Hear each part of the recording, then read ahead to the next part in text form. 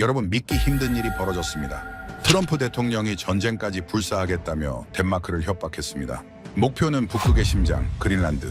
전 세계가 덴마크의 굴복을 예상했어요. 그런데요, 덴마크가 선택한 건 미국이 아니었습니다. 우리는 한국을 선택하겠습니다. 미국이 격분했어요. 한국? 북극이랑 무슨 상관이야? 그런데 이 사실 앞에서 미국은 할 말을 잃었습니다. 북극 얼음을 깨는 특수 선박, 쉐빙 LNG선, 이걸 만들 수 있는 나라가 전 세계에서 한국뿐이었던 겁니다. 미국도 중국도 유럽도 못 만들어요. 오직 한국만 가능합니다. 제가 이 이야기 들으면서 가장 소름 돋았던 건요, 세계 최강 미국이 기술 하나 앞에서 손들어버린 겁니다. 어떻게 된 일인지 바로 들어보겠습니다. 시작에 앞서 좋아요와 구독 눌러주시면 한국의 더 많은 이야기를 소개하는 데에 큰 힘이 됩니다. 안녕하세요. 저는 덱스터 케인이라고 합니다. 미국 국방부에서 15년간 북극 전략을 분석해온 사람이에요. 오늘 제가 들려드릴 이야기는 미국인으로서 솔직히 부끄러운 내용입니다. 그린란드 사태가 터졌을 때 저희는 자신만만했습니다. 덴마크가 버틸 리 없다고 봤거든요. 그런데 결과적으로 저희가 완전히 틀렸던 겁니다. 제가 처음 한국이라는 나라를 주목하게 된 건 쉐빙 LNG선 때문이었어요. 들어보셨는지 모르겠습니다. 영하 50도 얼음바다를 뚫고 다니는 특수 화물선이에요. 두께 2.5m짜리 얼음을 깨면서 항해하는 배입니다. 이게 왜 중요하냐면요. 북극에 아무리 자원이 많아도 이 배가 없으면 꺼낼 수가 없어요. 그냥 얼음 속에 묻혀있는 보물일 뿐이지요. 그런데 저희가 데이터를 확인하고 나서 할 말을 잃었습니다. 이 배를 만들 수 있는 나라가 전 세계에서 딱 하나였던 거예요. 한국이었습니다. 점유율이 100%더군요. 100%라는 게 무슨 뜻인지 아시겠습니까? 지구상에 한국 말고는 아무도 못 만든다는 뜻이에요. 미국도 못 만듭니다. 솔직히 인정하기 싫었지만 사실이었어요. 중국도 도전했다가 실패했고 유럽도 마찬가지였습니다. 일본조차 손을 들었더군요. 제가 이 사실을 알았을 때 처음엔 믿기지 않았어요. 한국이라는 나라가 북극과 무슨 상관이 있겠습니까? 지도를 펴보면 북극에서 가장 먼 나라 중 하나잖아요. 그래서 직접 확인해 봤습니다. 러시아 야말 프로젝트라고 들어보셨습니까? 북극권에서 진행된 세계 최대 규모의 천연가스 개발 사업이에요. 러시아가 국가적 역량을 쏟아부은 프로젝트였지요. 그런데 거기에 투입된 쉐빙 LNG선 15척이 전부 한국산이었습니다. 15척 전량이요. 러시아도 자기네 배를 못 만들어서 한국한테 맡긴 거예요. 척당 가격이 얼마인 줄 아십니까? 4천억 원입니다. 15척이면 6조 원이에요. 그 돈을 러시아가 한국한테 지불한 겁니다. 저는 이 숫자를 보고 한참 동안 멍하니 앉아 있었습니다. 미국이 세계 최강이라고 자부해왔는데 이 분야에선 우리가 명함도 못 내밀 수준이었던 거예요. 더 충격적인 건 생산 능력이었습니다. 미국 상업용 조선소에서 대형 선박을 연간 몇 척이나 만들 수 있는지 아세요? 한 척도 안 됩니다. 0.7척 정도예요. 한 척을 만드는데 1년이 넘게 걸린다는 뜻이지요. 한국은요. 연간 100척 이상 찍어냅니다. 100대 1도 아니고 100대 0.7입니다. 비교 자체가 민망한 수준이었어요. 제가 이 숫자들을 상부에 보고했을 때 회의실이 조용해졌습니다.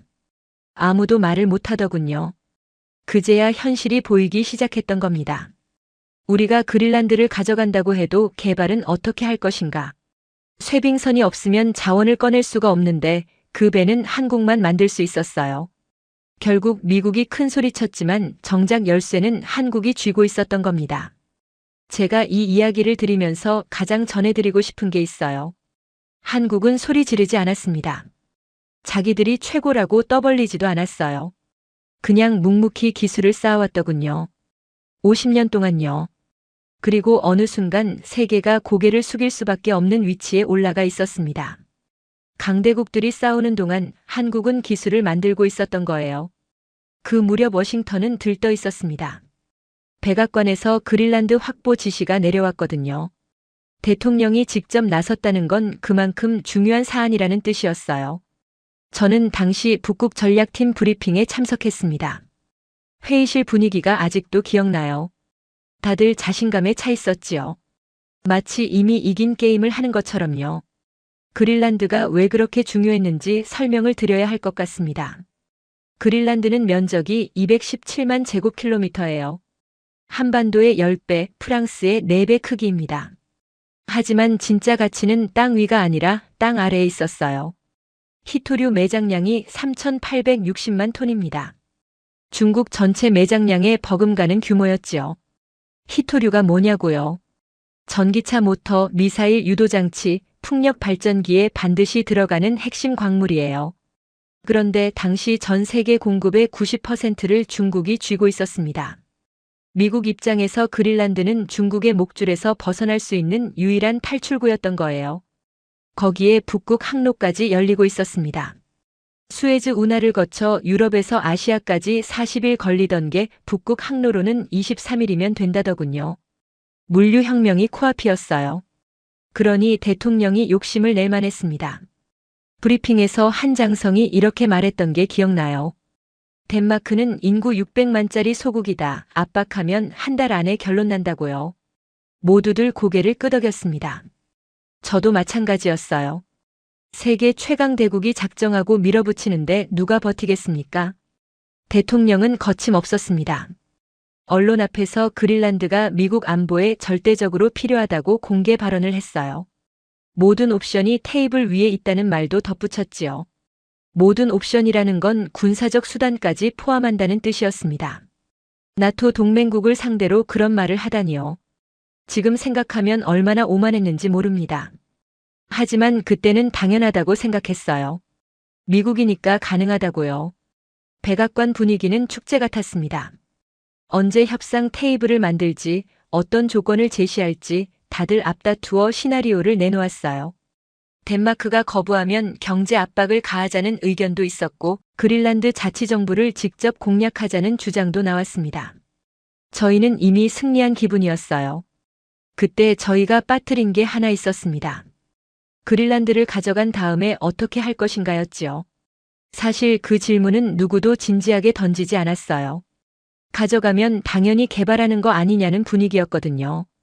미국인데 뭘 못하겠냐고요. 저도 같은 생각이었습니다. 미국은 달에도 사람을 보낸 나라잖아요. 북극 개발 정도야 식은 죽 먹기라고 여겼지요. 그게 얼마나 큰 착각이었는지 나중에야 깨달았습니다. 어느 날 저는 상부로부터 지시를 받았어요. 그린란드 개발 시나리오를 만들어 보라는 거였습니다. 당연히 할 수 있다고 생각했지요. 미국의 기술력이면 어려울 게 없다고요.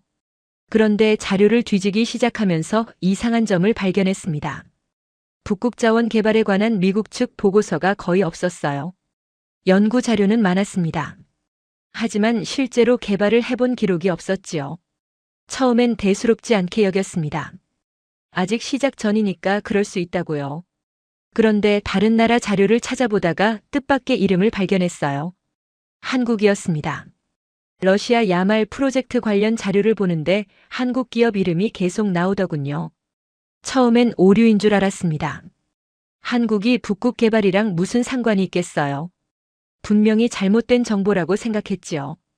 그래서 확인을 해봤습니다. 그게 실수였어요. 아니, 정확히 말하면 그게 저의 눈을 뜨게 해준 계기였습니다. 자료를 파면 팔수록 한국이라는 이름이 튀어나왔어요.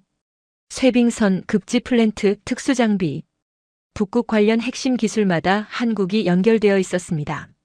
저는 밤을 새워가며 데이터를 모았습니다. 그리고 믿을 수 없는 결론에 도달했지요. 북극 자원 개발의 핵심 기술을 쥐고 있는 건 미국이 아니었습니다. 강대국 어디도 아니었어요. 북극과 가장 거리가 먼 나라 중 하나인 한국이 열쇠를 쥐고 있었던 겁니다. 저는 이 사실을 어떻게 보고해야 할지 고민했습니다. 미국이 못한다는 말을 대놓고 할 수는 없었거든요. 하지만 사실은 사실이니까요. 보고서를 올리기 전날 밤 저는 한참 동안 천장을 바라봤습니다. 우리가 너무 자만했구나 하는 생각이 들더군요. 그린란드를 가져가면 끝이라고 생각했는데 가져간 다음이 더 문제였어요. 개발 기술이 없으면 그냥 거대한 얼음 덩어리를 손에 쥔 것밖에 안 되는 거잖아요. 그 순간 처음으로 불안감이 스쳐 지나갔습니다. 우리가 뭔가 크게 놓치고 있다는 느낌이었지요. 하지만 그때까지도 저는 한국을 심각하게 받아들이지 않았습니다. 그냥 조선업 좀 한다는 나라 정도로만 알았거든요.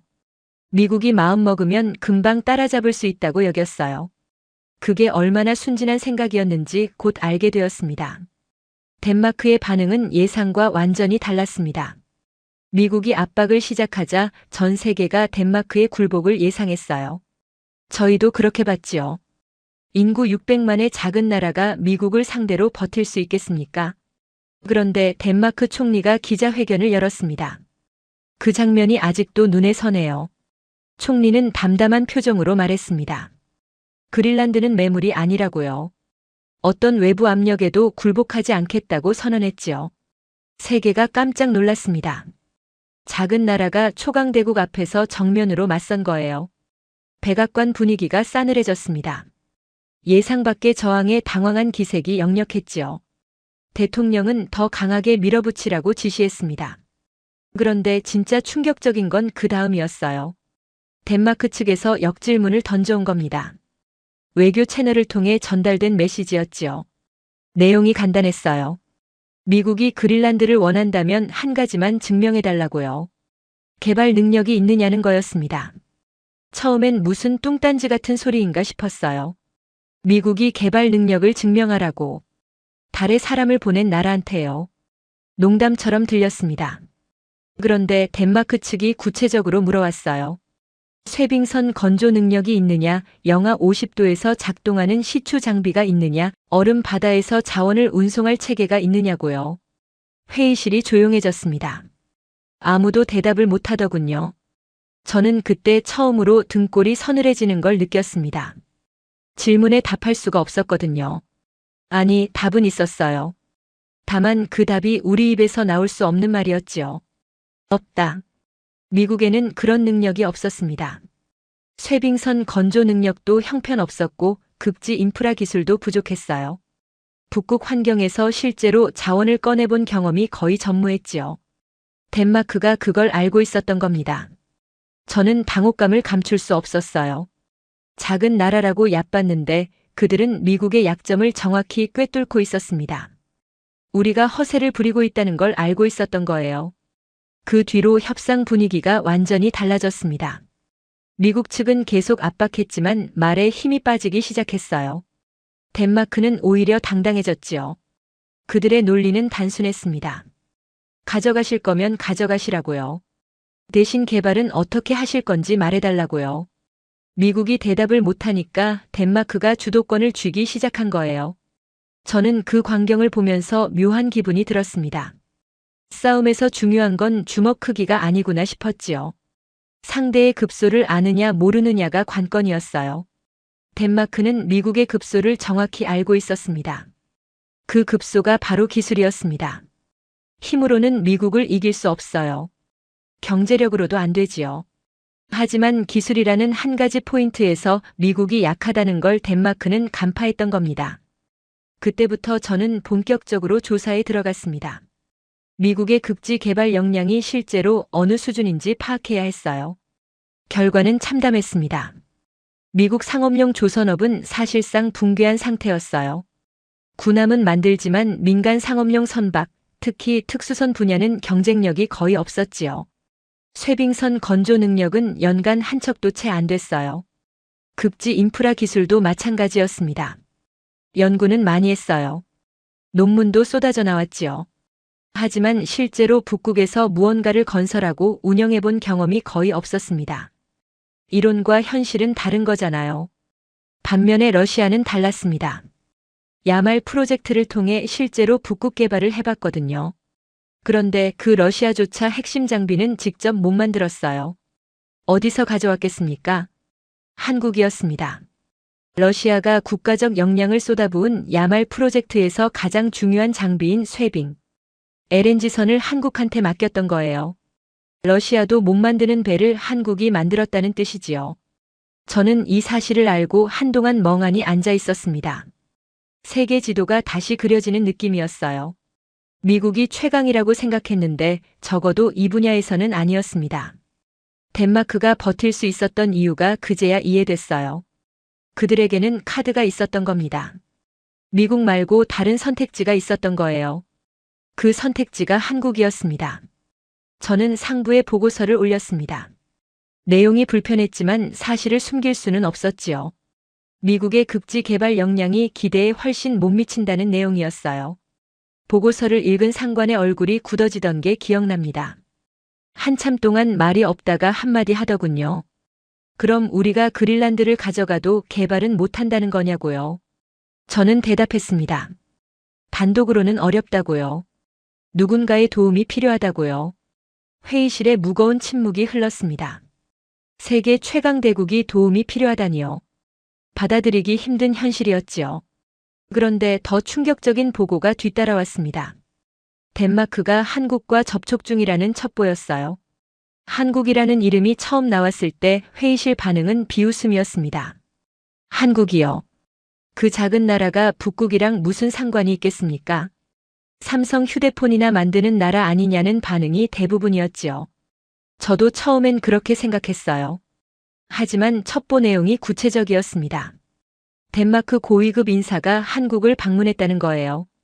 그것도 조선소를 직접 둘러봤다고요. 조선소라니요. 그게 뭐가 중요하냐고 다들 의아해했습니다. 덴마크가 배를 사려는 건가 정도로 가볍게 넘겼지요. 그런데 저는 뭔가 걸렸습니다. 왜 하필 조선소일까요? 그것도 그린란드 협상이 한창인 시점에요. 저는 한국 조선업에 대해 파보기 시작했습니다.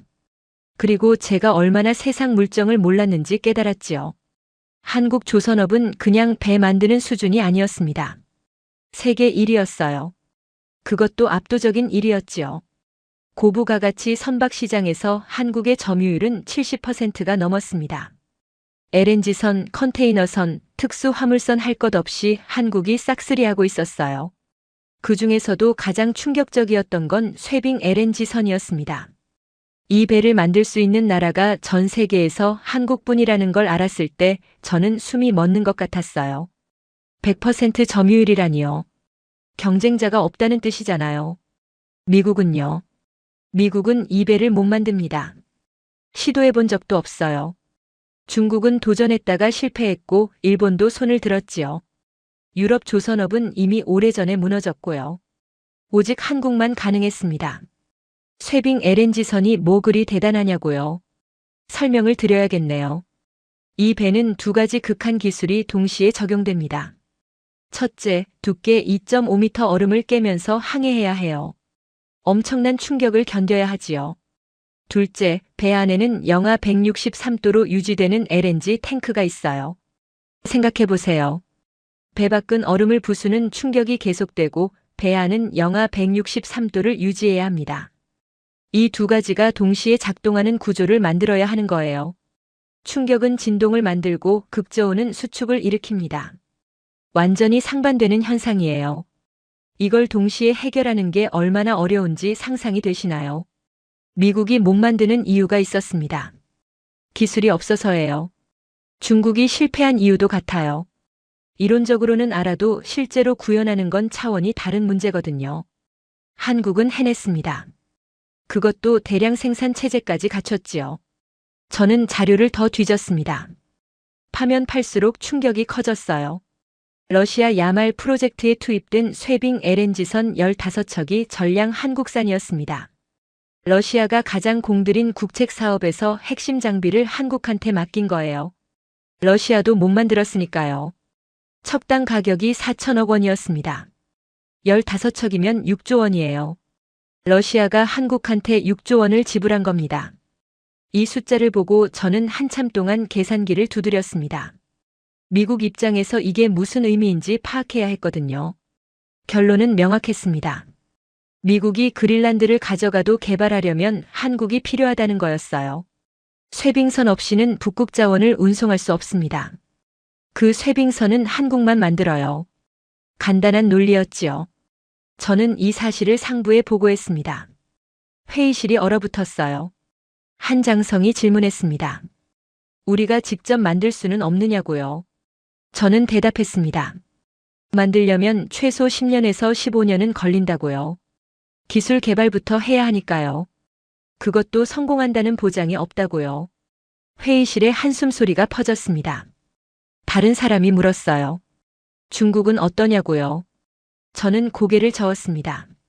중국도 못 만든다고요. 시도했다가 실패했다고요. 그럼 유럽은요? 유럽 조선업은 이미 무너졌습니다. 독일도 프랑스도 영국도 이 분야에서는 경쟁력이 없어요. 회의실이 다시 조용해졌습니다. 결국 한국밖에 없다는 거냐? 누군가 중얼거렸어요. 저는 대답하지 않았습니다. 대답할 필요가 없었거든요. 사실이 명백했으니까요. 그날 회의가 끝나고 저는 사무실에서 한참을 앉아 있었습니다. 미국이 세계 최강이라고 자부해왔는데 이 분야에서는 명함도 못 내밀 수준이었어요. 어떻게 이렇게 됐을까요? 미국은 언제부터 뒤처진 걸까요? 답을 찾아보니 간단했습니다. 미국은 조선업을 포기했어요. 돈이 안 된다고 버린 거지요. 수십 년 전 일이었습니다. 그 사이 한국은 기술을 쌓았어요. 묵묵히 꾸준히 50년 동안이요. 강대국들이 다른데 정신 팔린 사이에 한국이 핵심 기술을 장악해버린 겁니다. 그 순간 저는 깨달았습니다. 그린란드 싸움의 진짜 승자가 누구인지요. 미국도 아니고 덴마크도 아니었어요. 한국이었습니다. 그날 아침 뉴스를 보고 저는 커피잔을 떨어뜨릴 뻔했습니다. 덴마크가 공식 발표를 한 거예요. 그린란드 개발 파트너로 한국을 선택했다고요. 한국입니다. 우리의 파트너는 대한민국입니다. 덴마크 총리가 기자회견장에서 한 말이었어요. 전 세계 카메라 앞에서요. 워싱턴이 발칵 뒤집혔습니다. 백악관 분위기가 험악해졌지요. 대통령이 격분했다는 소문이 돌았어요. 저희 팀에도 즉시 소집 명령이 떨어졌습니다. 긴급 회의였지요. 회의실에 들어서는데 분위기가 싸늘했습니다. 고위급 인사들 얼굴이 굳어 있었어요. 누군가는 화가 나 있었고 누군가는 당혹감을 감추지 못했지요. 대체 어떻게 된 거냐? 한국이 왜 나오느냐? 질문이 쏟아졌습니다. 저는 그동안 조사한 내용을 보고했어요. 쇠빙 LNG선 점유율 100%, 야말 프로젝트 15척 전량 한국산, 미국과 한국의 조선 능력 격차. 숫자를 하나씩 읊을 때마다 회의실 분위기가 무거워졌습니다. 다 듣고 나서 한 고위 인사가 물었어요. 반박할 논리가 있느냐고요. 저는 솔직하게 대답했습니다. 없다고요. 미국이 그린란드를 가져가도 개발은 어떻게 할 겁니까? 쇠빙선이 필요한데 우리는 못 만듭니다. 결국 누군가한테 맡겨야 해요. 그 누군가가 한국이라는 겁니다. 덴마크는 그 사실을 알고 있었던 거예요. 미국이 협박해봤자 결국 한국이 필요하다는 걸요. 그래서 처음부터 한국과 손잡기로 결정한 겁니다. 회의실이 조용해졌습니다. 할 말이 없었던 거예요. 저는 그 순간 묘한 감정을 느꼈습니다. 분노도 아니고 억울함도 아니었어요. 오히려 경외감에 가까웠지요. 한국이라는 나라가 대단하다는 생각이 들었습니다. 강대국들이 싸우는 동안 조용히 기술을 쌓아서 결국 판을 뒤집어 버린 거잖아요. 소리 지르지 않았습니다. 자기들이 최고라고 떠벌리지도 않았어요. 그냥 묵묵히 해야 할 일을 한 거예요. 그리고 어느 순간 아무도 무시 못할 위치에 올라서 있었습니다. 그게 진짜 실력이구나 싶었어요. 회의가 끝나고 저는 한국에 대해 더 알아보기 시작했습니다. 어떻게 이렇게 됐는지 궁금했거든요. 조사를 하면 할수록 놀라웠습니다. 한국 조선업이 시작된 건 1970년대였어요. 불과 50년 전이었지요. 그때 한국은 세계에서 가장 가난한 나라 중 하나였습니다. 배를 만들어 본 경험도 거의 없었어요. 기술도 없고 자본도 없고 인력도 부족했지요. 선진국들은 콧방귀도 뀌지 않았습니다. 그런데 50년 뒤 한국은 세계 1위가 됐어요. 그것도 압도적인 1위요. 어떻게 가능했을까요? 자료를 보니까 답이 나오더군요. 한국은 미친 듯이 노력했습니다. 선진국 기술을 배우고 연구하고 개선하고 또 개선했어요. 잠을 줄이고 휴일을 반납하고 몸을 갈아 넣었지요. 한 세대가 통째로 바쳐진 거예요. 저는 그 이야기를 읽으면서 숙연해졌습니다. 그게 쉬운 일이 아니거든요. 50년 동안 한 분야에 집중한다는 게요. 미국은 그 사이에 뭘 했을까요? 조선업을 버렸습니다. 돈이 안 된다고요. 더 쉬운 돈벌이를 찾아 떠났지요. 그 차이가 50년 뒤에 이렇게 나타난 겁니다. 덴마크 발표 이후 미국 내부에서 여러 목소리가 나왔습니다. 강경파는 더 압박하자고 했어요. 경제 제재를 가하자, 나토에서 불이익을 주자, 덴마크를 굴복시키자고요. 하지만 냉정한 사람들은 알고 있었습니다. 그래봤자 소용없다는 걸요. 미국이 덴마크를 협박해서 그린란드를 가져간다고 쳐요. 그 다음은요. 개발은 어떻게 합니까? 쇠빙선은 누가 만들어줍니까? 결국 한국한테 부탁해야 해요. 그럼 처음부터 덴마크가 한국과 손잡은 것과 뭐가 다릅니까? 아무 의미 없는 짓이었습니다. 저는 그때 깨달았어요. 싸움에서 진짜 이기는 방법이 뭔지요. 힘으로 밀어붙이는 게 아니었습니다. 상대가 나를 필요로 하게 만드는 게 진짜 승리더군요. 한국은 정확히 그렇게 했어요. 북극 개발에 꼭 필요한 기술을 만들어서 누구도 한국을 빼놓고는 못 움직이게 만든 겁니다. 미국이 협박해도 중국이 덤벼도 러시아가 압박해도 상관없어요. 기술이 있으니까요. 그 기술은 한국한테만 있으니까요. 그게 진짜 힘이구나 싶었습니다. 덴마크의 선택은 결과적으로 신의 한 수였어요. 미국의 압박에서 벗어나면서 동시에 실제로 그린란드를 개발할 능력까지 확보한 거잖아요. 반면 미국은요. 큰 소리만 치다가 아무것도 못 얻었습니다. 그 광경을 지켜보면서 저는 씁쓸한 기분이 들었어요. 세계 최강이라고 자부해왔는데 기술 하나 앞에서 손을 들어버린 거잖아요. 덴마크 발표 이후 미국 내부에서 자성의 목소리가 나오기 시작했습니다. 왜 이렇게 됐을까요? 어디서부터 잘못된 걸까요? 회의마다 같은 질문이 반복됐지요. 저는 그 질문에 답하기 위해 미국 조선업의 역사를 뒤져봤습니다. 결론은 씁쓸했어요. 한때 미국은 조선 강국이었습니다. 제2차 세계대전 때 미국 조선소들이 엄청난 양의 배를 찍어냈지요. 세계 최강이었어요. 그런데 전쟁이 끝나고 상황이 바뀌었습니다. 일본과 유럽이 저렴한 인건비로 배를 만들기 시작했거든요. 가격 경쟁에서 밀리기 시작했지요. 미국은 선택의 기로에 섰습니다. 기술 개발로 돌파할 것인가 아니면 포기할 것인가. 미국은 포기했습니다. 조선업 대신 금융업으로 갔어요. 월스트리트가 커지고 제조업은 쪼그라들었지요. 배 만드는 것보다 돈 굴리는 게 더 많이 벌리니까요. 합리적인 선택처럼 보였습니다. 당장은요. 하지만 50년이 지나고 보니 결과가 이랬어요.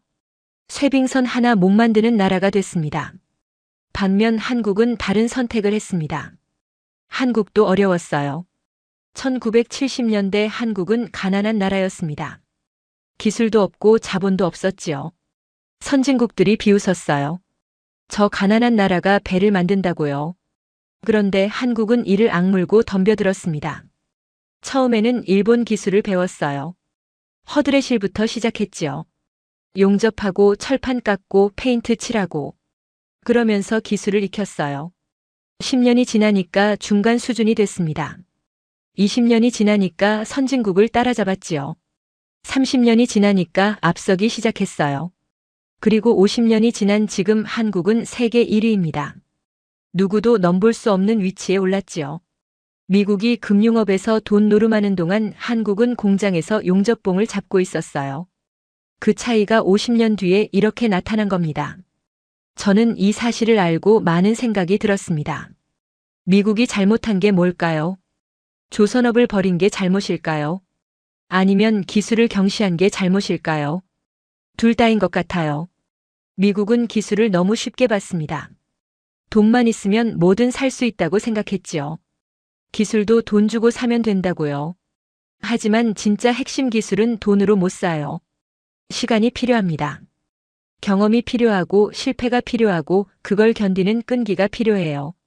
한국은 그 시간을 투자했습니다. 미국은 하지 않았지요. 50년 전 결정의 대가를 50년 뒤에 치르고 있는 거예요. 회의실에서 한 고위 인사가 이런 말을 했습니다. 지금이라도 시작하면 따라잡을 수 있지 않느냐고요. 저는 고개를 저었습니다. 어렵다고요. 최소 15년에서 20년은 걸린다고요. 그것도 지금 당장 시작해서 잘 됐을 때 얘기라고요. 회의실이 무거워졌습니다. 15년이라니요. 대통령 임기가 4년인데 15년을 어떻게 기다립니까? 정치적으로 불가능한 일이었지요. 결국 미국은 한국에 의존할 수밖에 없다는 결론이었습니다. 적어도 이 분야에서는요. 저는 그 사실이 받아들이기 힘들었어요. 미국인으로서 자존심이 상했거든요. 하지만 사실은 사실이니까요. 그때 저는 한국이라는 나라를 다시 보게 됐습니다. 강대국 사이에 끼인 작은 나라요. 북쪽에는 북한이 있고 주변에는 중국과 러시아와 일본이 있지요. 결코 편한 위치가 아니에요. 그런 나라가 살아남는 방법이 뭘까요? 힘으로는 안 돼요. 땅덩이도 작고 인구도 적으니까요. 한국이 선택한 건 기술이었습니다. 남들이 못하는 걸 할 수 있으면 무시 못해요. 아무리 큰 나라도 고개를 숙여야 하지요. 한국은 그 길을 택했고 결국 해낸 겁니다. 저는 그게 대단하다고 생각했어요. 소리 지르지 않고 자랑하지 않고 그냥 묵묵히 자기 일을 했잖아요. 그러다 어느 날 세계가 보니까 한국이 정상에 올라서 있었던 거예요. 그게 진짜 실력 아니겠습니까? 그린란드 사태는 미국에게 뼈아픈 교훈을 줬습니다. 힘만 있다고 되는 게 아니에요. 기술이 있어야 해요. 그리고 그 기술은 하루아침에 만들어지지 않아요. 수십 년의 투자와 인내가 필요하지요. 미국은 그걸 잊고 있었어요. 한국은 잊지 않았고요. 그 차이가 이렇게 나타난 겁니다.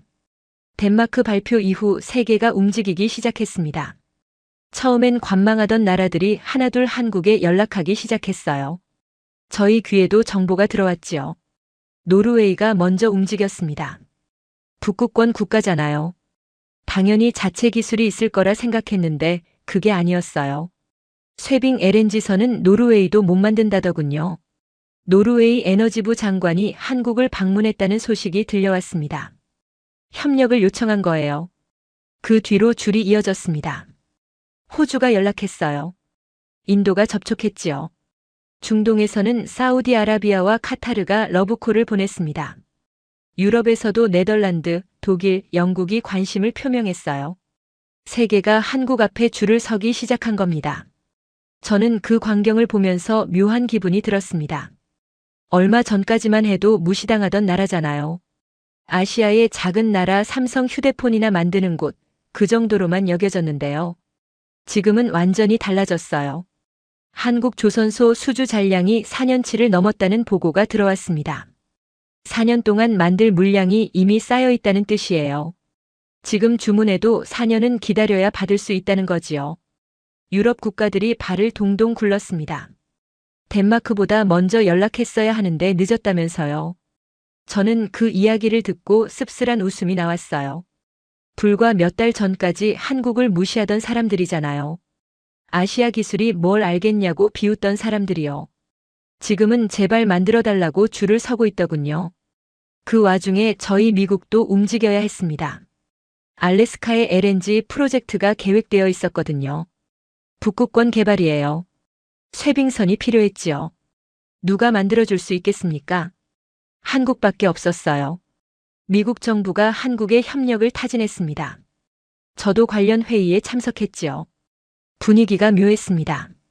몇 달 전까지 우리가 협박하던 상대에게 부탁하는 거잖아요. 그것도 미국이요. 한국 측 반응이 어땠는지 아세요? 담담했습니다. 검토해보겠다고 하더군요. 그런데 지금 라인이 꽉 차서 바로는 어렵다고요. 기다려야 한다고요. 기다리라니요. 미국한테요. 저는 그 순간 세상이 정말 바뀌었구나 싶었습니다. 미국이 기다리는 쪽이 됐어요. 한국이 선택하는 쪽이 되었지요. 협박하던 쪽이 부탁하는 쪽으로 바뀐 겁니다. 완전한 역전이었습니다. 저는 한국 측 실무진과 이야기를 나눈 적이 있습니다. 협상 테이블에서요. 그들의 태도가 인상적이었어요. 거만하지 않았습니다. 그렇다고 비굴하지도 않았지요. 그냥 담담했어요. 자기들이 할 수 있는 거, 할 수 없는 거를 명확히 말하더군요. 가능한 건 하겠다, 불가능한 건 못한다, 시간이 걸리는 건 기다려달라. 복잡한 수사 없이 팩트만 이야기했어요. 저는 그게 자신감에서 나온 거라고 느꼈습니다. 진짜 실력이 있는 사람들의 여유요. 떠벌릴 필요가 없는 거예요. 보여줄 게 있으니까요. 그 자리에서 한국 측 담당자가 한 말이 기억납니다. 우리는 파트너십을 원한다고요. 일방적으로 뭔가를 가져가려는 쪽과는 일하기 어렵다고요. 서로 이익이 되는 관계를 만들자고요. 미국이 그린란드를 협박했을 때와는 완전히 다른 접근이었어요. 한국은 지배하려 하지 않았습니다. 협박하지도 않았지요. 그냥 필요한 만큼 가져가고 나머지는 상대방 몫으로 남겨두겠다는 거였어요. 어찌 보면 욕심이 없어 보일 수도 있어요. 하지만 저는 다르게 봤습니다. 그게 더 현명한 전략이더군요. 강대국처럼 밀어붙이면 단기적으로는 더 많이 가져갈 수 있어요. 하지만 장기적으로는 적만 만듭니다. 모두가 등을 돌리지요. 한국은 적을 만들지 않았어요. 오히려 모두가 한국과 손잡고 싶어 하게 만들었지요. 그게 더 큰 이익 아니겠습니까? 그 뒤로 저는 한국에 대한 생각이 완전히 바뀌었습니다. 작은 나라라고 무시했는데 그게 아니었어요. 오히려 작은 나라이기 때문에 더 현명하게 움직이는 거더군요. 강대국처럼 힘으로 밀어붙이면 반발을 사요. 작은 나라는 그렇게 할 수 없어요. 그래서 기술로 간 거지요. 모두가 필요로 하는 걸 만들어서 자연스럽게 중심에 선 겁니다. 그게 한국의 생존 전략이었어요. 저는 그 전략이 결국 맞았다고 생각합니다. 지금 결과가 증명하고 있잖아요. 그린란드 사태는 아직 끝나지 않았어요. 지금 이 순간에도 협상이 진행되고 있고 덴마크는 병력을 추가로 보내고 있지요. 트럼프 대통령은 여전히 그린란드를 원하고 있습니다. 하지만 한 가지는 확실해졌어요. 미국이 아무리 압박해도 핵심 기술이 없으면 소용없다는 겁니다. 그린란드를 가져가도 개발은 어떻게 할 건가요? 쇄빙선이 필요한데 미국은 못 만들잖아요. 결국 누군가한테 손을 내밀어야 합니다. 그 누군가가 한국이에요. 저는 이 사태를 지켜보면서 세상이 바뀌고 있다는 걸 느꼈습니다. 예전에는 힘이 곧 권력이었어요. 군사력이 강하면 밀어붙일 수 있었지요. 땅이 넓으면 자원이 많았고 인구가 많으면 시장이 컸습니다. 그런데 지금은 달라요. 기술이 없으면 힘이 무의미해지는 시대가 됐습니다. 그린란드가 딱 그 사례잖아요. 미국이 아무리 강해도 쇄빙선을 못 만들면 북극 자원을 꺼낼 수가 없어요. 힘으로 협박할 수는 있습니다. 하지만 기술은 협박으로 얻을 수 없지요. 한국은 그걸 알고 있었던 것 같아요. 강대국 사이에 끼인 작은 나라가 살아남는 방법이 뭘까요? 힘으로는 안 됩니다. 그래서 기술을 택한 거예요. 누구도 무시할 수 없는 능력을 만든 거지요. 50년이 걸렸습니다. 한 세대가 통째로 투자됐어요. 쉬운 길이 아니었지요. 하지만 결국 해냈습니다. 지금 한국은 세계가 필요로 하는 나라가 됐어요. 저는 그게 대단하다고 생각합니다. 앞으로 그린란드 사태가 어떻게 흘러갈지는 아무도 모릅니다. 미국이 결국 그린란드를 손에 넣을 수도 있어요. 덴마크가 끝까지 버틸 수도 있지요. 협상이 타결될 수도 있고 결렬될 수도 있습니다. 하지만 한 가지는 변하지 않아요. 북극 개발의 열쇠는 한국이 쥐고 있다는 사실입니다. 미국이 이기든 덴마크가 이기든 결국 한국이 필요해요. 쇄빙선 없이는 아무것도 못하니까요.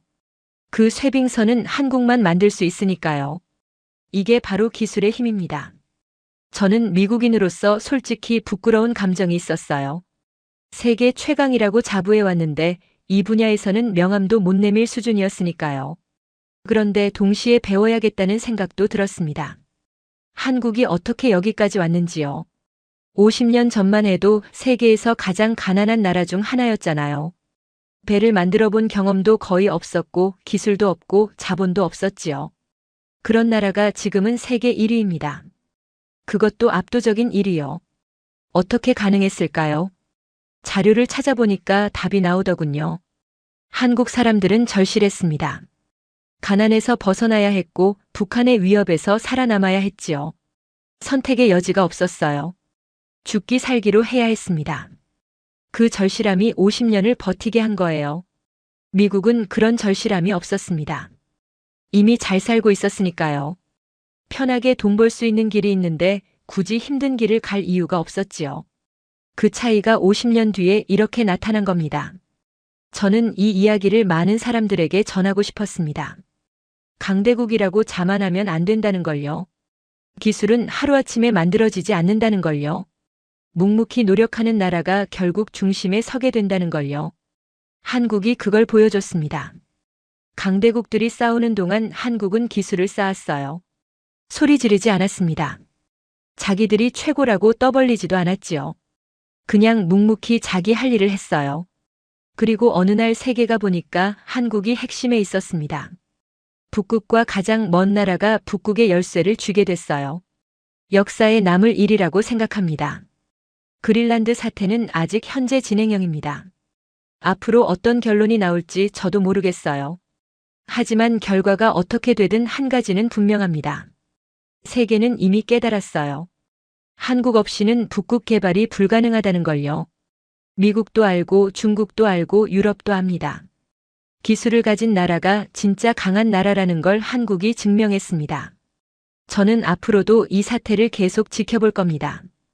그리고 한국이라는 나라를 더 깊이 연구해 볼 생각이에요. 작은 나라가 어떻게 강대국들 사이에서 살아남았는지요. 어떻게 세계가 필요로 하는 존재가 됐는지요. 그 답을 찾으면 미국에도 교훈이 될 거라고 생각합니다.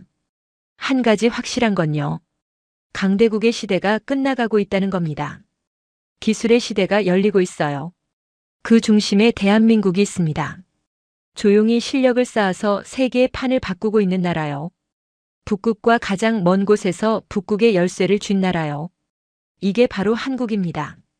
오늘 사연은 여기까지입니다. 쇠빙선 하나로 강대국 판 뒤집은 한국의 저력 스토리 어떠셨나요? 사연의 주인공에게 응원의 댓글을 남겨주세요. 지금까지 감동정거장에서 사연 전해드렸습니다. 사연이 마음에 드셨다면 좋아요와 구독 부탁드립니다. 시청해주셔서 감사합니다.